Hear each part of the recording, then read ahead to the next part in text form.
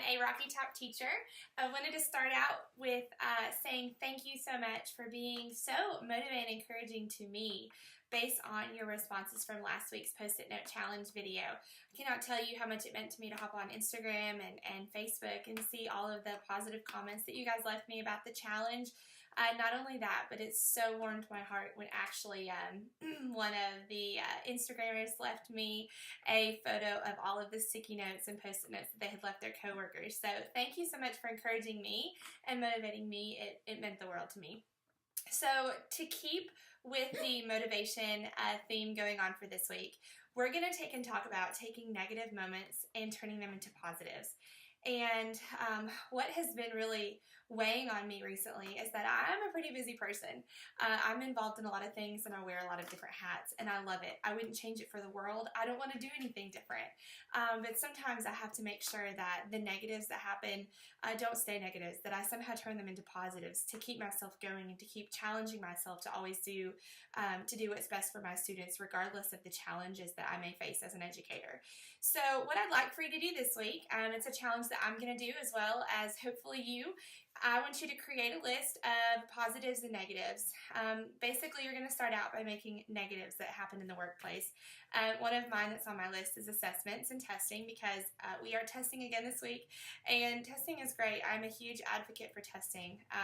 Probably one of the stronger, more vocal advocates for assessments and testing in my grade level, but the reason why I love assessments is because it gives me an opportunity to celebrate the successes of my students, to look at my strengths and weaknesses as a teacher, and to really look at the journey that my students take from the beginning of the year to the end of the year.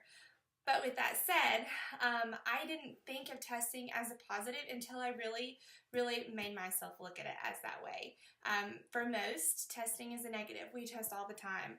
It takes up so much classroom instruction, assessments. But the positive that I've found in all of that time that is taken for assessments and testing is that there is so much that is good that comes out of assessing our students and finding where they are.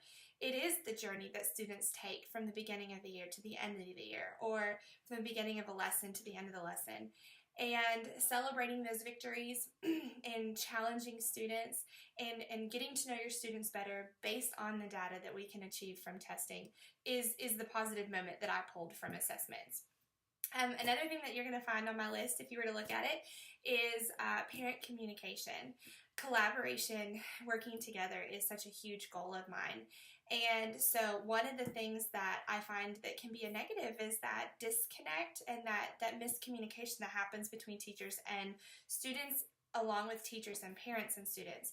I am a firm believer that parents should be super involved in their students' education. And a lot of times it's not that they don't want to be, it's that parents don't know how to be. And the teacher can be such a huge, strong, motivating link to making sure that parents and students work together to help the students achieve success.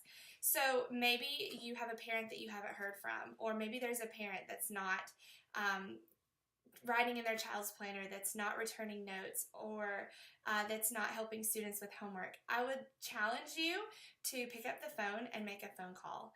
My administration is really big on positive phone calls and making those phone calls and reaching out to parents throughout the year. And from personal experience, I cannot tell you how important it is to reach out to a parent and say, hey, I just wanted to brag on your student for a second. We were reading in small groups today, and the student just blew me away with how well they were reading. You should have seen their participation. I'm just so proud of the growth and the achievement that this student has had, and I just had to call you and tell you about that. It can be something as simple as that, or your student was wonderful today. I asked them to do this and they were the first person.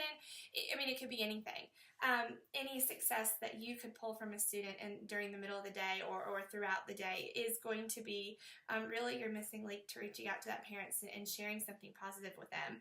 Maybe that positive moment that you have with the parent is going to open up the communication to where that parent wants to be involved. That parent wants to reach out to you. They feel comfortable with asking you questions.